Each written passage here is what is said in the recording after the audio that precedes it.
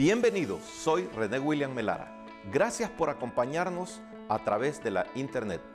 Nuestra oración es que el mensaje de hoy sea de bendición y pueda comprender el amor y propósito de Dios para su vida. Si tiene alguna pregunta y desea congregarse con nosotros, la información está disponible en nuestro sitio web en el www.iccmd.org. Dios le bendiga.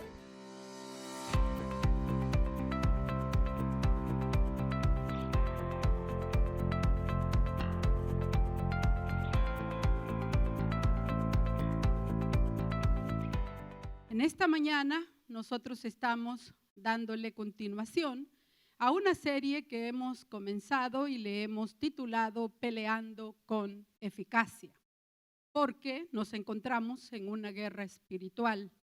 Así es que por pertenecer al cuerpo de Cristo, al pueblo de Dios, simple y sencillamente perteneciendo al cuerpo de Cristo, nosotros nos encontramos en esa guerra espiritual. Así es que vamos nosotros a invocar el nombre del Señor en primer lugar.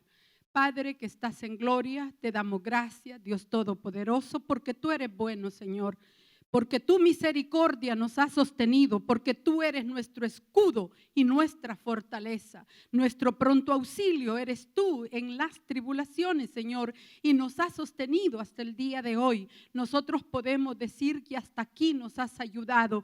Así que en esta mañana, Señor, pedimos que tu palabra, Señor, venga a abonar la tierra nuestra, Señor, para que nosotros podamos dar el fruto y podamos, Señor, llegar a la medida que tú, Señor, estás esperando de cada uno de nosotros. Dios, encomendamos la palabra en esta mañana, que el mensaje, Señor, de tu palabra llegue al corazón de tu pueblo, dándole fortaleza y aliciente, esperanza, Señor, fe para continuar adelante. Gracias, oh Dios, te damos en el nombre de Cristo Jesús, nuestro Señor y Salvador Jesucristo. El domingo anterior, dando inicio a la serie, nosotros hablábamos de las dos fuerzas poderosas que están en conflicto. Y queremos que eso quede grabado en su mente y en su corazón. Son dos fuerzas, son dos oponentes, Dios y sus seguidores, Satanás y sus seguidores. Esas son las dos fuerzas mayores en conflicto. Hablábamos de otros enemigos también nuestros, pero las fuerzas mayores, digamos así, los oponentes mayoritarios, Dios y el enemigo. Y también quiero recordarle que el domingo anterior hablábamos de que esa guerra espiritual ya está ganada. Ya hubo un triunfo. El Señor Jesucristo ha vencido al enemigo. Lo tenemos en el libro de Apocalipsis. Esa noticia nos debe de ayudar, nos debe de alentar y enseñarnos a pelear con eficacia. Continuando con esta serie, ahora tenemos un tema. ¿Quién tiene el control? Es una pregunta. ¿Quién tiene el control entre estas dos fuerzas oponentes que son irreconciliables? Quiero que vaya vamos a tener 3 versículos respecto a este tema para darle inicio y fundamento a ¿quién tiene el control? Dice Salmos 115, 3. Nuestro Dios está en los cielos. Todo lo que quiso, ha hecho.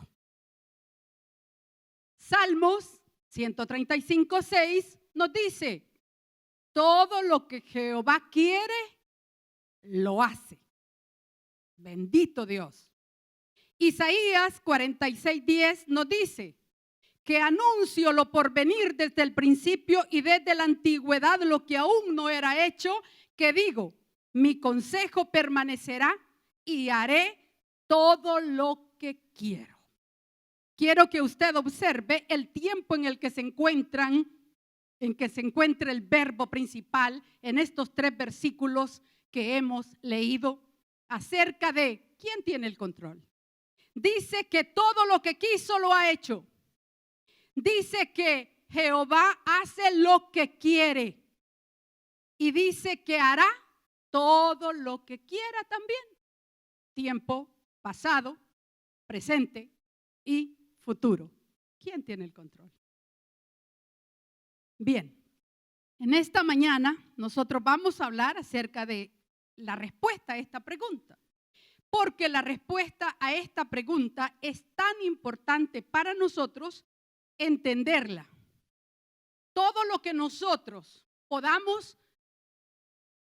concebir como respuesta a esta pregunta de quién tiene el control, afectará todo lo que nosotros creamos de la guerra espiritual y afectará también nuestra actitud cuando se presenten las pruebas, cuando se presenten las batallas. Todo eso lo determinará a nuestra forma de pensar acerca de quién tiene el control. La respuesta a esa pregunta justamente está relacionada directamente con nuestra manera de actuar en el tiempo de presentar la batalla, en el tiempo de estar en medio de las pruebas, y también afectará el testimonio que nosotros demos delante de los demás cuando estemos en estas pruebas. Pero quiero decirle que esa pregunta encierra la cuestión tan importante acerca de la soberanía de Dios. ¿Quién tiene el control? Realmente el tema involucrado en esto es acerca de la soberanía de Dios. ¿Qué relación hay? ¿Qué relación existe entre la soberanía de Dios y la libertad que tiene Satanás? Si nosotros creemos que Satanás tiene toda la libertad y poder para atacarnos a su antojo, a su voluntad, entonces nuestra actitud será solamente esperarle con todos esos ataques para destruir, para impedir que se haga la voluntad de Dios y acabar con nosotros. Si es que nosotros creemos eso. Nuestra oración también se verá afectada. Porque si nosotros creemos que Él tiene toda esa libertad para destruirnos, entonces solo le diremos al Señor, Señor, que no nos destruya, que no nos destruya. Esa será nuestra oración. Pero tenemos la otra posición. Si nosotros realmente creemos en la soberanía de Dios. ¿Cuánto creemos en la soberanía de Dios? Si nosotros creemos en la soberanía de Dios, admitiremos una cosa. En primer lugar, Satanás tiene que obtener el permiso de Dios para atacarnos. Si Dios se lo permite, entonces lo va a hacer.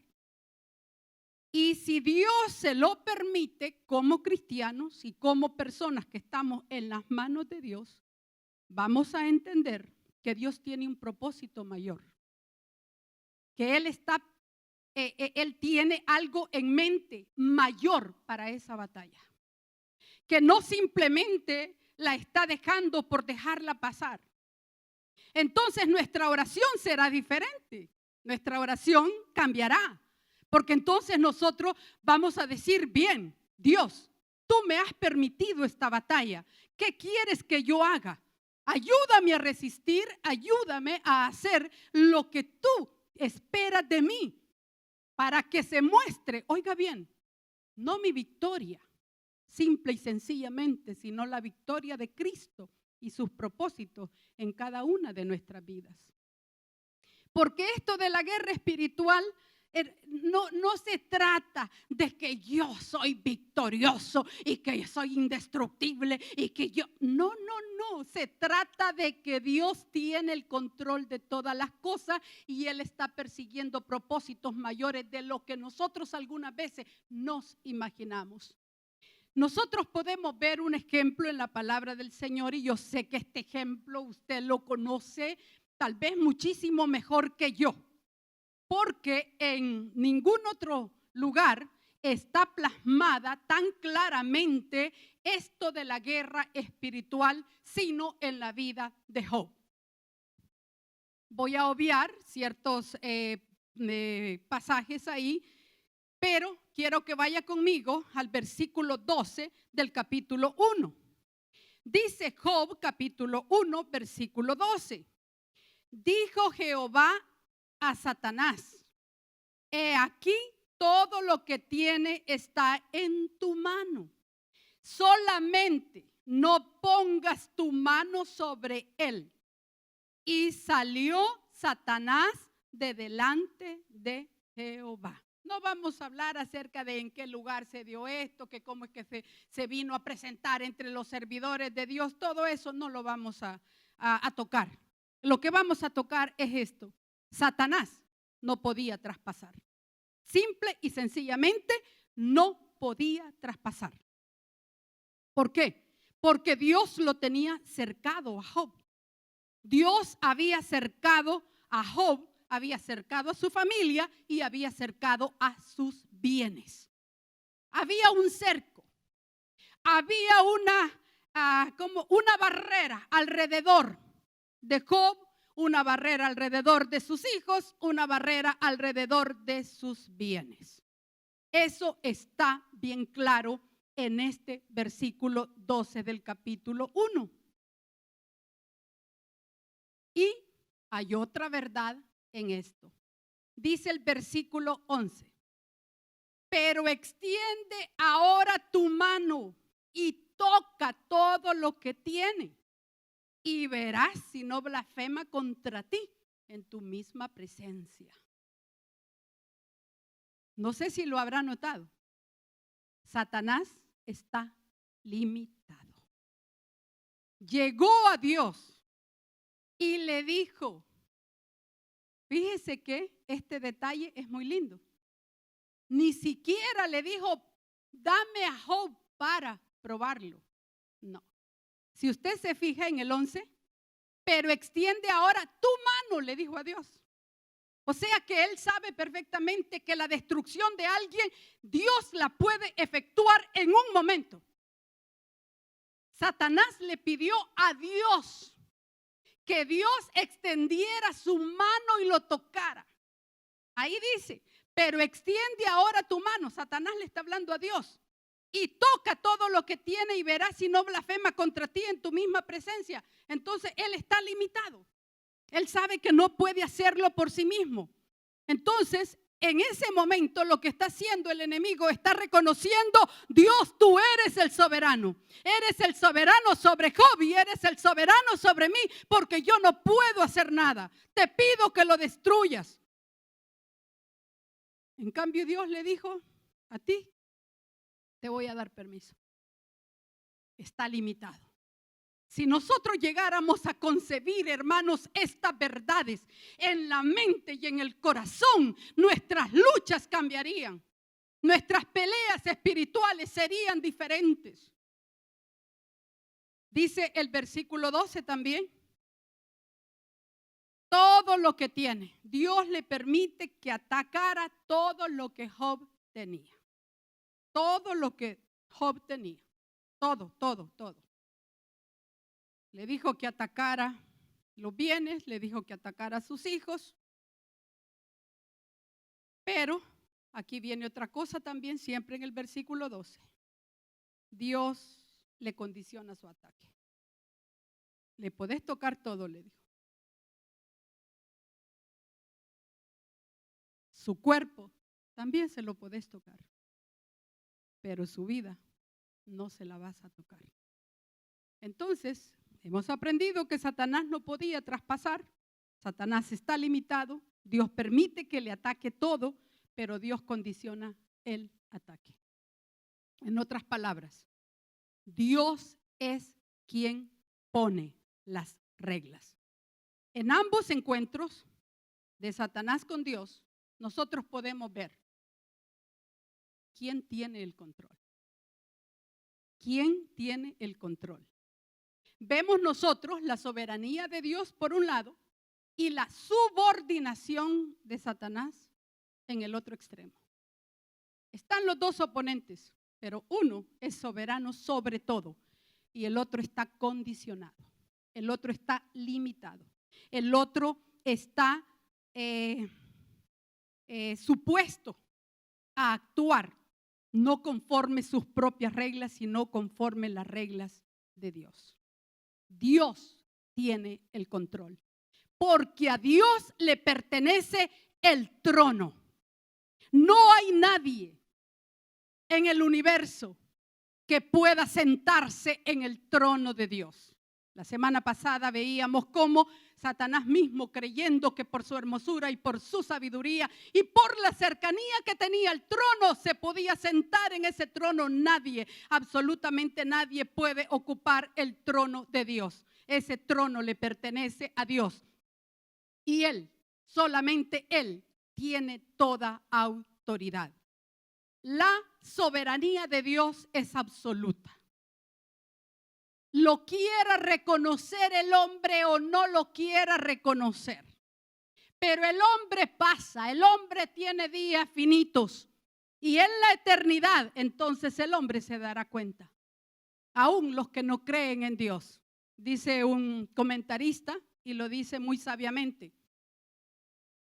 En la otra vida no van a haber ateos, ni un ateo va a haber, porque entonces sí se van a dar cuenta que Dios es real. Dios es real. Esa soberanía de Dios es proclamada en el Antiguo Testamento y usted puede leer, hay muchos versículos. Usted puede leer versículos como primer libro de Reyes 22:19, segundo libro de Crónicas, también capítulo 18, versículo 18, pero vamos a leer otros. Vamos a leer nosotros en el libro de los Salmos, en el capítulo 47:8. Quiero que lo lea conmigo. Dice Salmos 47:8. Reinó Dios sobre las naciones. Se sentó Dios sobre su santo trono. Ese es uno de los versículos. Otro de los versículos es Isaías 66:1. Jehová dijo así: el cielo es mi trono y la tierra estrado de mis pies. ¿Dónde está la casa que me habréis de edificar y dónde el lugar de mi reposo? Ese es otro de los versículos que hablan de la soberanía y del trono absoluto de Dios. Tenemos también en el libro de Daniel ciertas porciones dichas por el famoso rey Nabucodonosor. El rey que es prototipo del orgullo humano.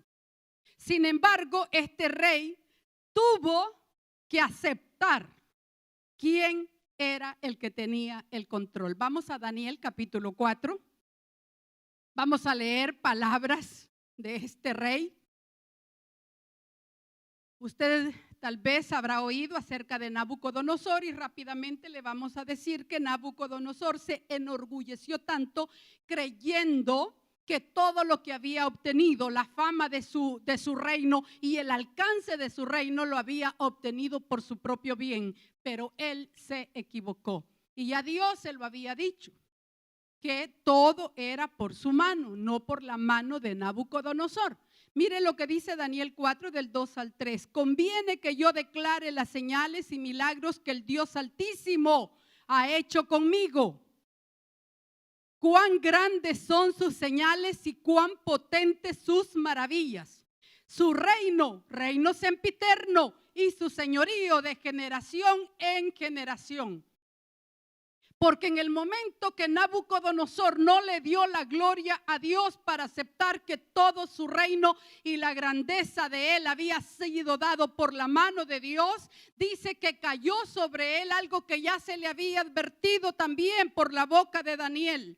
Y este hombre perdió la razón y fue llevado al campo y anduvo como una bestia.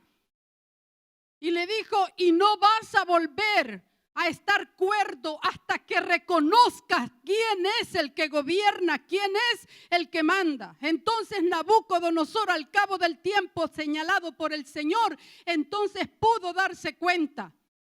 ¿Y sabe qué otro detalle? Yo estaba pensando en esto, que bien pudo, en el tiempo que Nabucodonosor estaba como una bestia en el campo, bien pudieron algunos comandantes pelearse el trono de Nabucodonosor, pero hasta eso Dios lo tenía controlado. Nadie lo peleó, Dios se lo estaba manteniendo. Mire qué lindo es el Señor. Y dice en Daniel 4, del 34 al 35.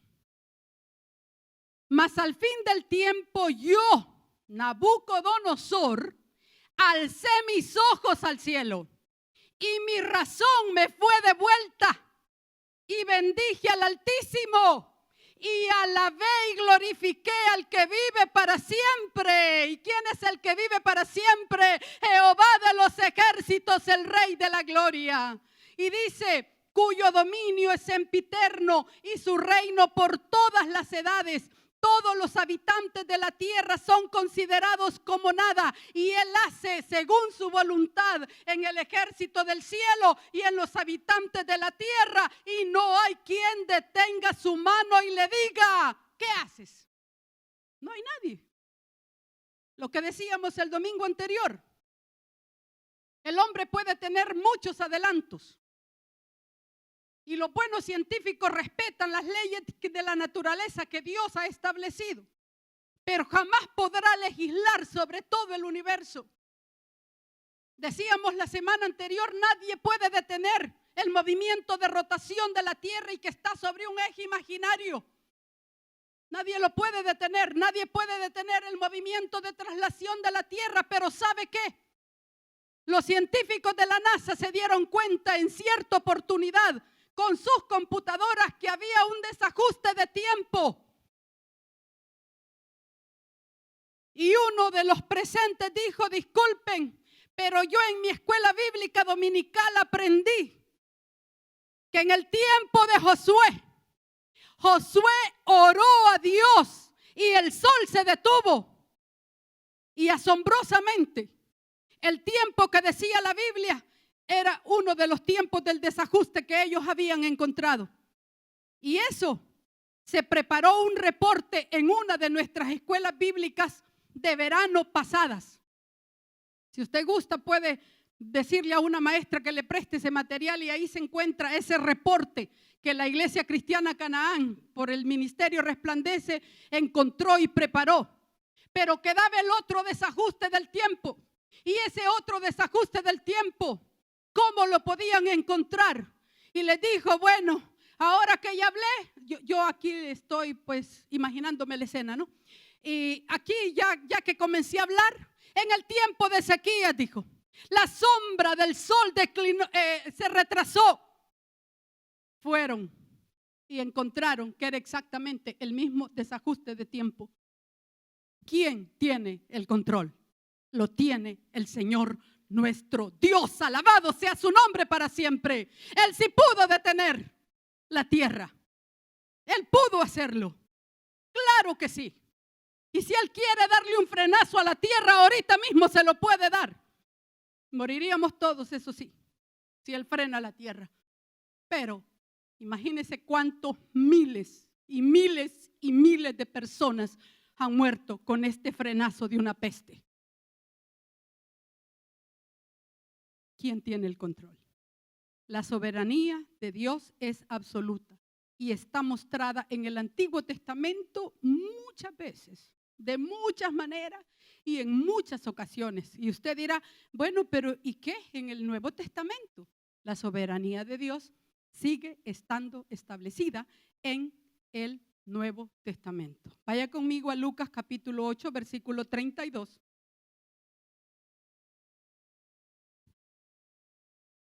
Este es el caso, el famoso caso del endemoniado gadareno. Nadie podía detenerlo.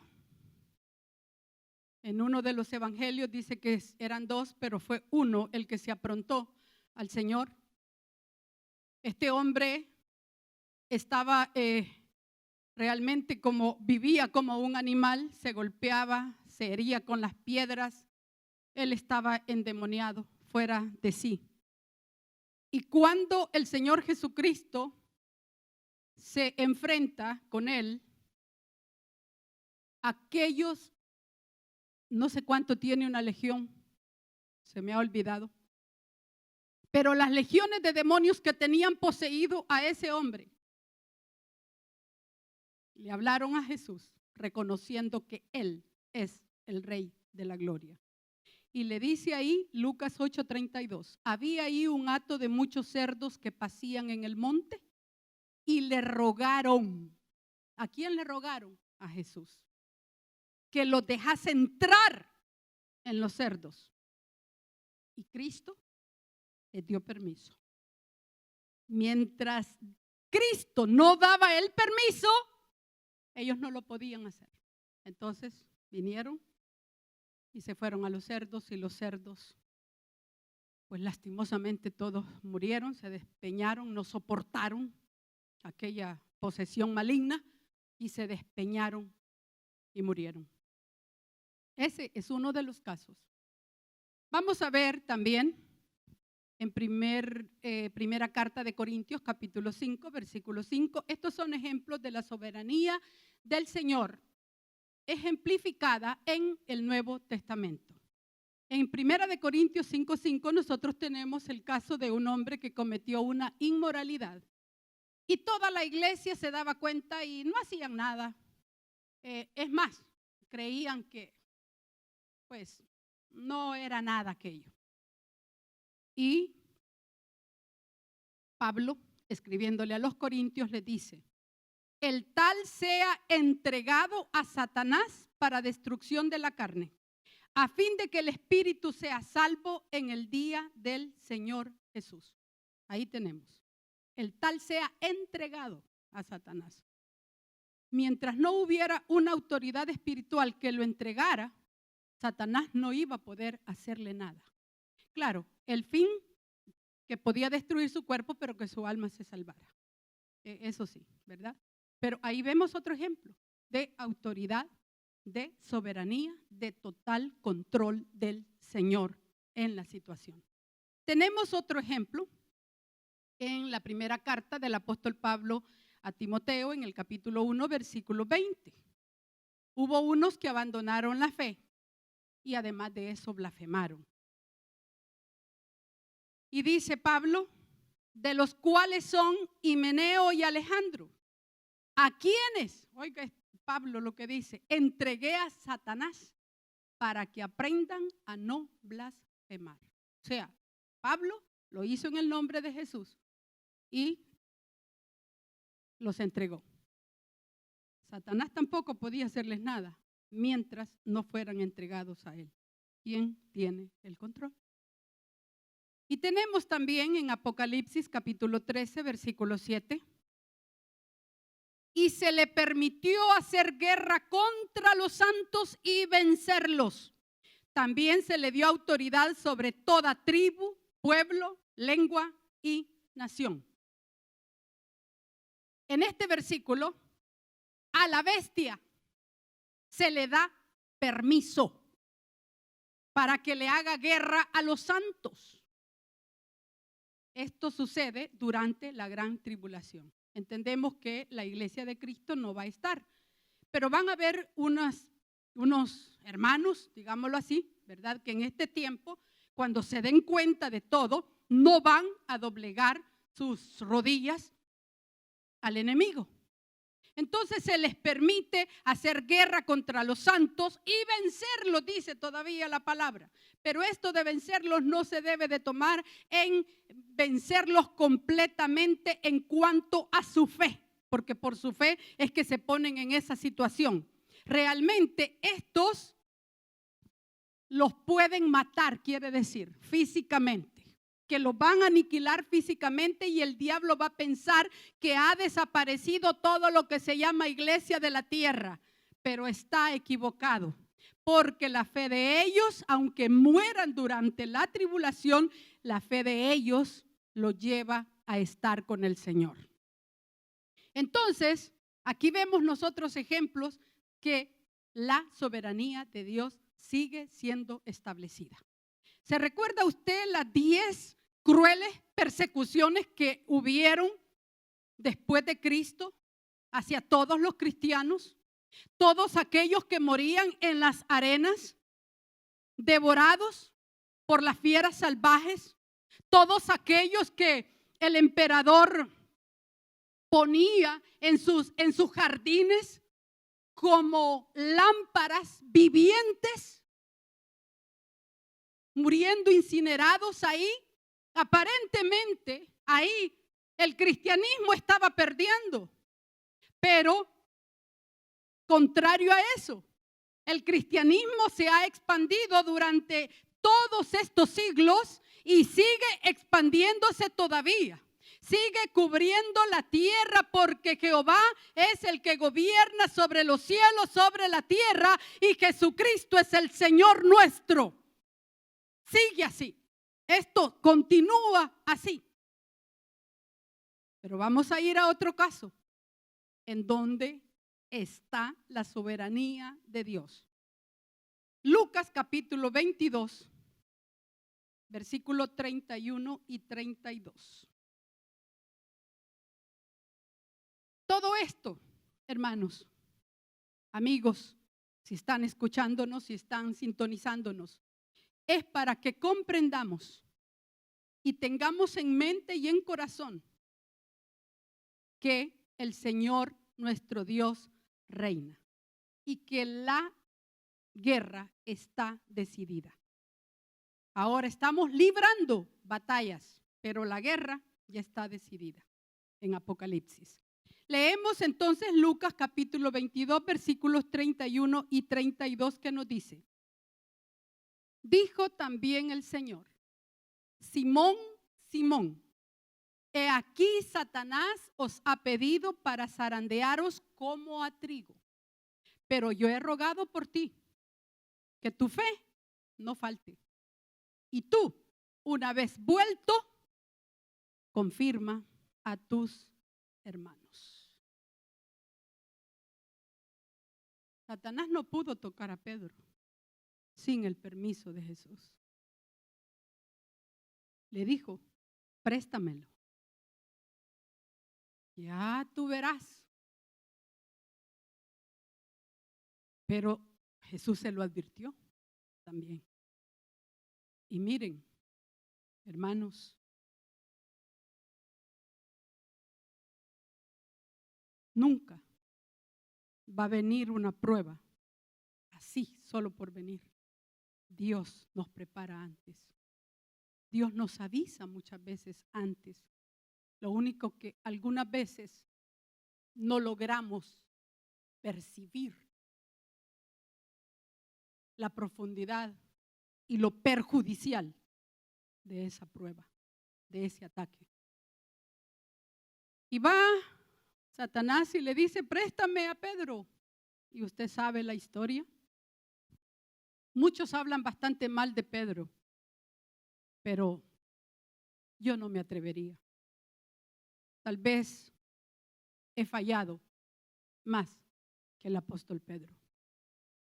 Y nosotros podemos ver que le dice: Pedro, Satanás ya te pidió, pero mi ruego, Pedro, es que no te falte la fe. Hermanos, que no nos falte la fe. Aunque usted se crea estar siendo vencido, que no le falte la fe. Y dígale al Señor: mis fuerzas se están acabando. Siento que yo ya no puedo más. Si usted quiere, dígale: ayúdame de manera sobrenatural, porque si no viene la ayuda sobrenatural, voy a perecer. Yo sé que Dios está en control, pero pidamos a Dios fe, fe para creer, fe para saber que la guerra está decidida, fe para creer que Dios tiene el control de todas las cosas. Y efectivamente Dios le prestó a Pedro. Y Pedro negó a Cristo una vez, le tuvo miedo, o qué sé yo, o no quería problemas, supuestamente. Le falló la segunda vez y le falló la tercera vez, y tal cual Cristo se lo dijo: antes que el gallo cante, Pedro, tú ya me habrás negado 3 veces. Qué triste fue para Pedro el poder darse cuenta que no tuvo la preparación adecuada para hacerle frente. Sin embargo, se lo había prestado para zarandearlo, pero no para destruirlo. Y Pedro, cuando vio la mirada de Jesucristo, una mirada que no daba reproche, una mirada que no era de remordimiento, que no era de enojo, que no era... Pedro se conmovió dentro de sí, y dice la palabra del Señor que Pedro lloró amargamente por haberle fallado a su Cristo.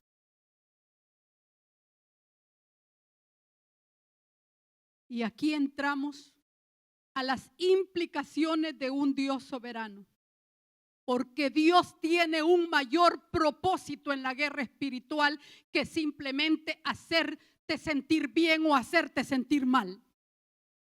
¿Qué quería con el apóstol Pedro? Bueno, convertirlo en el apóstol Pedro. Eso era lo que quería.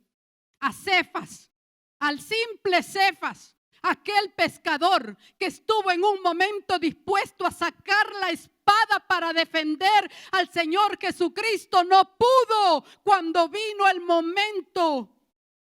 No pudo defenderse en contra del enemigo, pero ¿sabe qué? El Señor Jesucristo lo levantó cuando él se arrepintió y le dijo: Pedro, ¿me amas? Sí, Señor, le dijo. Pedro, ¿me amas? Sí, Señor. Pedro, ¿me amas más que estos? Tú sabes todas las cosas, Señor, le dijo. Y ahí es donde entra la comisión que le da, y Cefas se convierte en el gran apóstol Pedro, que en su momento Pedro iba a morir crucificado tal y cual el Señor Jesucristo murió. Sin embargo, dice la historia, dice la tradición, que Pedro dijo: no soy digno de llevar la misma muerte que mi Salvador. Crucifíquenme, pero cabeza abajo. Ese era el propósito mayor para el Señor Jesucristo. No hacerle sentir bien o hacerle sentir mal, convertirlo en el gran apóstol Pedro, el que escribe esas epístolas tan lindas también. Fueron pocas las que escribió, sin embargo, él reconoce. Incluso dice: miren lo que ha escrito Pablo, esos escritos son muy lindos, atiendan a eso. El apóstol Pedro, el gran apóstol Pedro, fue prestado para que el enemigo lo zarandeara, pero se convirtió en el gran apóstol Pedro. Yo no sé en qué Dios te quiere convertir, porque es posible que estés pasando una prueba bastante difícil, bastante dura y sobrenatural, pero ante todo elemento, no importa si sea material, natural o sobrenatural, Dios tiene el control. Alabado sea su nombre para siempre. Otra implicación acerca de la soberanía de Dios es que debemos concentrarnos no en el ataque directamente, sino que nos concentremos en Dios. No nos concentremos en el enemigo, porque el enemigo tiene poder, es cierto que tiene poder, pero no es todopoderoso. Es cierto que el enemigo tiene poder para atacarnos, pero no todo el poder, sino es dado de parte del Señor el permiso. Otra implicación, otra consecuencia, la confianza debe de estar en nosotros, de que la victoria no depende de mi habilidad, no depende de mi capacidad, no depende de mi entrega siquiera, sino que depende de Dios. Nosotros dependemos de Dios. Y el éxito de esa guerra espiritual depende si se cumplen o no los propósitos de Dios. Mientras el propósito de Dios no sea cumplido, la lucha, la guerra, la pelea, ahí se va a estar dando. Mientras no se cumplan los propósitos de Dios. Dios es el que tiene el control. La soberanía de Dios, y este es un detalle que debemos de anotar mucho. La soberanía de Dios en la guerra espiritual o en las luchas del creyente actúan junto al amor de Dios. Muchas veces se nos olvida. ¿Y sabe por qué creo yo que se nos olvida? El amor de Dios tan incomparable, tan inmesurable, tan profundo. Así como dice aquel coro tan sencillo, es tan ancho que yo no puedo abrazarlo, es tan profundo que no puedo ir abajo de él, es tan alto que yo no me puedo colocar encima de él. ¿Sabe por qué algunas veces se nos olvida? Porque muchas veces medimos el amor de Dios conforme el amor humano. Y el amor humano no tiene nada que ver con el amor divino. Porque si el amor de Dios fuera humano, todos nosotros no estuviéramos aquí. Todos nosotros ya hubiéramos sido destruidos si Dios no nos amara. Entonces debemos de saber que a la par de la soberanía de Dios está su amor. Está su amor. A mí me gusta mucho, no traje la cita, pero cuando le dice al pueblo de Israel y lo trata como Efraín, le dice, mira, Efraín, si yo quisiera destruirte, yo lo haría. Pero ¿sabes qué, Efraín? Soy Dios, no soy hombre. Qué lindo, esa palabra a mí me ha tocado. Soy Dios, Efraín, por eso no te he destruido. No soy hombre. Los hombres tendemos a criticar, a destruir, a rebajar a los otros, a desmerecer a los demás. Ese no merece tal cosa, y algunas veces ni lo decimos con palabras, pero lo guardamos en el corazón y nuestros gestos así son. Pero debemos de saber que la soberanía de Dios va acompañada de su amor. Y acuérdese lo que dice la palabra del Señor: con amor eterno te he amado y por eso he prolongado mis misericordias para contigo. Solamente el amor solamente eso podría mitigar también nuestro temor, nuestros miedos cuando estemos en esas luchas, porque el Señor va a estipularle los límites al enemigo y él no va a llegar más allá de lo que Dios le permita hacer, porque Dios me ama a mí, porque Dios te ama a ti, porque Dios ama a cada uno de nosotros en los cuales Dios ha puesto su imagen y su semejanza, y eso es lo que quiere recuperar en nosotros de manera victoriosa. Esto debe mitigar nuestro temor, esto debe de mitigar nuestra angustia, nuestro dolor, porque el amor busca el bien de los demás. Y Dios siempre nos ha amado, Él siempre ha buscado lo mejor para nosotros, aunque en el momento no lo parezca. Nosotros podemos darnos cuenta en situaciones en las cuales hemos estado que Dios siempre ha tenido la razón para hacer algo. Y la guerra espiritual no es un juego. Esto no se trata como que alguien piense que es un juego de ajedrez. Le voy a confesar algo. En mis, creo, 15 años, yo tuve un pensamiento similar acerca de Dios. Tuve todo en mi casa. amor de mis padres, educación, buenos recursos y bueno, no nos hizo falta nada. Tuvimos buenos padres. Lo puedo testificar y le doy gracias a Dios por ello.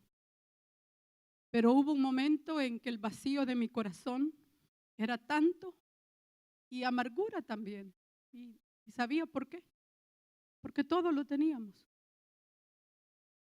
Y le dije, Dios, si tú existes, le dije, siento que somos como piezas de ajedrez para ti. Y cuando yo estaba leyendo acerca de esto, me recordé de esas palabras duras que yo le dije, mi Dios, creo que somos como piezas nada más, le dije, como un juego. No sabía que esas palabras me iban a golpear muy duro después, pero al mismo tiempo Él abrió sus brazos y me recogió.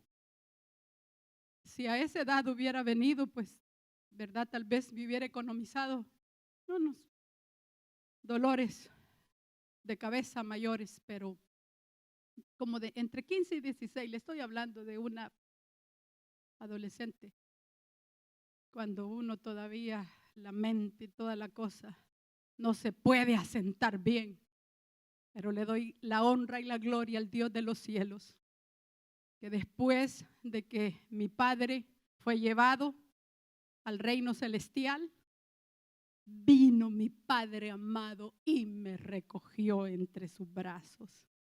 Y eso solo ha quedado en mi memoria y le digo, Señor, qué necio es el ser humano.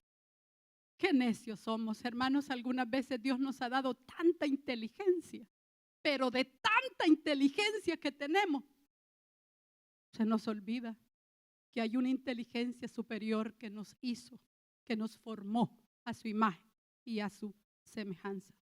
La guerra espiritual, las luchas de la vida, las pruebas que se te presenten no son cosa de juego para Dios. No es que lo tomo y juego como me da la gana, no se trata de eso. Para Él no es un juego, para Él es el momento de formarnos a su imagen y a su semejanza. Y Él siempre va a procurar el bienestar para cada uno de nosotros. Quiero que vaya a primer libro de Samuel, capítulo 17, versículo 47, para que sellemos este asunto. ¿De quién es la guerra? ¿De quién es la batalla realmente? Usted tal vez habrá oído, algunos lo han leído bastante, acerca de el gran encuentro del pequeñín David contra el gigante Goliat. Y dice, primer libro de Samuel, capítulo 17, versículo 47. Y sabrá toda esta congregación que Jehová nos salva con espada y con lanza, porque de Jehová es la batalla y Él os entregará en nuestras manos. Estas fueron palabras de David. Cuando aquel gigantón de más de 6 pies se movía en aquel borde contra el pueblo de Israel, y Saúl, el gran rey Saúl, que dice que su figura sobrepasaba el común de los hombres, él estaba ahí con su gente, pero ninguno se aprontó como se aprontó el pequeñín David. Y le dijo, rey, permítame, yo quiero ir para enseñarle a ese incircunciso quién es el que manda en los batallones de Israel. Y le puso su armadura. Y el pobre David no podía con aquella armadura. Y yo le digo, no estoy acostumbrado a esto, le dijo. Y se quitó la armadura del rey. Y le dijo, mire, rey, mi papá me mandó a cuidarle las ovejas.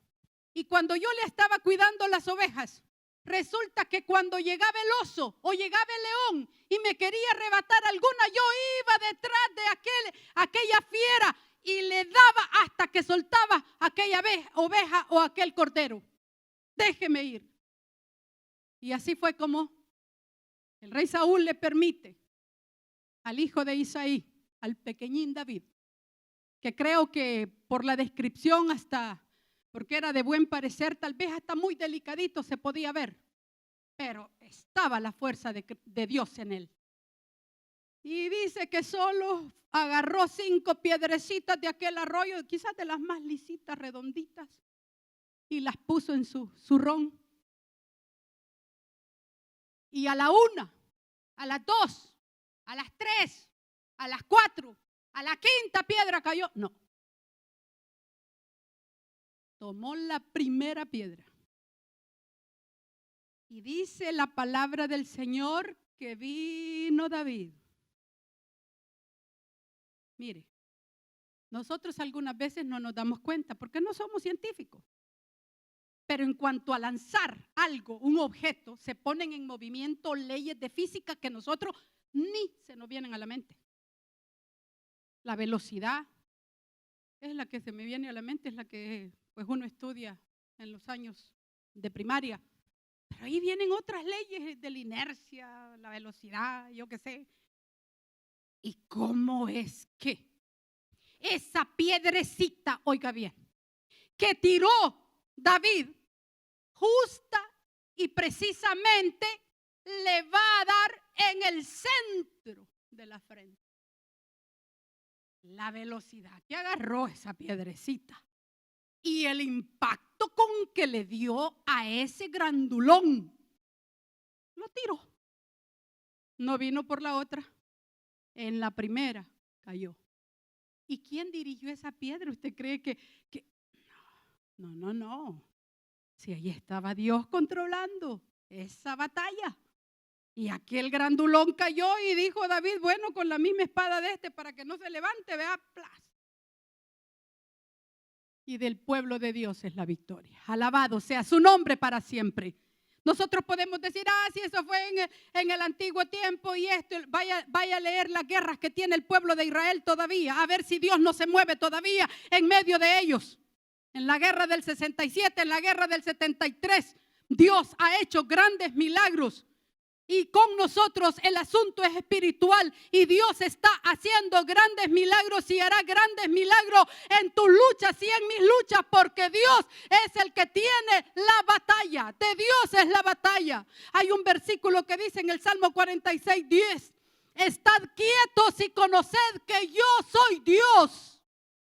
Estad quietos, yo voy a pelear por ustedes. Mire qué lindo es el Señor. El Señor es la batalla. Segundo libro de Crónicas 20:15. Cuando el rey Josafat vio la superioridad del enemigo, de los amonitas y los moabitas en contra de ellos, y dijo, oíd Judá todo y vosotros moradores de Jerusalén, y tú rey Josafat, le dijo un descendiente de Asaf, de la familia de Leví. Le dijo, Jehová os dice así, no temáis ni os amedrentéis delante de esta multitud tan grande, porque no es vuestra la guerra, sino de Dios. ¿Y sabe qué? Que por detalles que están en esta historia, siempre he pensado en eso. En las armas, ¿cómo le podría decir? Son armas que no son armas. Porque, ¿qué hizo el rey Josafat? Mandó a vestir a todo su equipo, a toda su corte, a todo su pueblo. Lo mandó a vestir con ropa resplandeciente, con todo lo mejor que tenían, y se pusieron a cantar y alabar al Rey de Gloria. Glorificada Jehová, porque para siempre es su misericordia. Glorificada Jehová, porque para siempre es su misericordia, que por cierto es nuestro lema. Glorificada Jehová, porque su misericordia es para siempre. Perdonen, ¿verdad? Pero saben que el canto no ha sido mi mayor fuerte. Pero sí, glorifiquemos a Jehová, porque para siempre es su misericordia. Eso cantaron. ¿Y qué pasó? Vino Dios, confunde a los moabitas, confunde a los amonitas, y entre ellos se dieron. Josafat ya solo llegó a traer el botín. Así es como trabaja Dios. Glorificada Jehová, porque para siempre es su misericordia. La batalla no es suya, la batalla es del Señor. Así es que de esto, ¿qué podemos aprender? Debemos de confiar en Dios, porque Dios tiene siempre un propósito. En cada lucha, en cada prueba, en cada batalla, Dios tiene un propósito. Me gustan mucho las palabras que dice el gran maestro, anciano ya, pero de tanta sabiduría, Samuel Pérez Millos. Dice que en la guerra espiritual ni siquiera pidamos ser protegidos. Eso me gustó mucho. Ya estamos protegidos. Él es nuestro escudo y Él es nuestra fortaleza, hermanos. Así es que, ¿qué vamos a aprender? Confiemos en Dios. Y esto nos va a ayudar en nuestras luchas permanentemente. Concéntrese en encontrar el punto de vista de Dios. ¿Qué es lo que Dios quiere? No mire al ataque de Satanás, porque entonces, si usted ve al enemigo, se va a apabullar y va a comenzar a dar golpes al aire, a lo loco, a hablar lo que no tiene que hablar, a llorar o a berrear, yo qué sé. Concéntrese en encontrar el punto de vista de Dios. Pedirle a Dios que nos haga saber qué es lo que quiere Él para nosotros. Recuerde que Dios es el líder y Él es el referee y Él establece las reglas y Él conoce cada encuentro del enemigo con nosotros. ¿Pero quién está con nosotros? El Señor está con nosotros. Romanos 8:29. Dios nos ha predestinado, o sea, ha puesto el curso ya de nuestra caminar para que se cumplan los propósitos de Dios en nuestra vida. Dice Romanos 8:29, porque a los que antes conoció también los predestinó, para que fuesen hechos conformes a la imagen de su Hijo, para que Él sea el primogénito entre muchos hermanos. ¿Quién tiene el control? ¿A quién le pertenece la soberanía total? Le pertenece a nuestro Dios. Y todo está bajo la soberanía del Señor. Habrá ocasiones en las cuales Dios va a decidir, Él es Dios, no revelar el propósito que tenga en ese momento. Aunque en la mayoría de veces podría hacerlo, pero sabemos que hay un propósito mayor. Y ese está en el libro de Isaías 43:10, yo se lo leo. Dice, vosotros sois mis testigos, dice Jehová, y mi siervo que yo escogí. ¿Para qué? Conozcáis, creáis y entendáis que yo mismo soy, dice Dios. Antes de mí no fue formado Dios, ni lo será después de mí. Hechos para que conozcamos, para que creamos y para que entendamos que Dios es Dios. ¿Quién tiene el control? ¿Quién tiene el control? Nuestro Padre que está en los cielos tiene el control. Y toda autoridad le ha sido delegada a su Hijo que está a la diestra. Y hay algo que nos debe de aliviar mucho, la carga y el dolor, la angustia, cuando vienen las batallas. Jesús intercede por nosotros. Y si acaso en la tierra nosotros no podamos ni balbucear una oración, el Espíritu Santo intercede por nosotros con gemidos indecibles.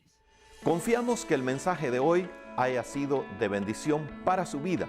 Si tiene alguna pregunta o desea información de nuestras actividades y cultos, visite nuestro sitio web en el www.iccmd.org. Muchas bendiciones.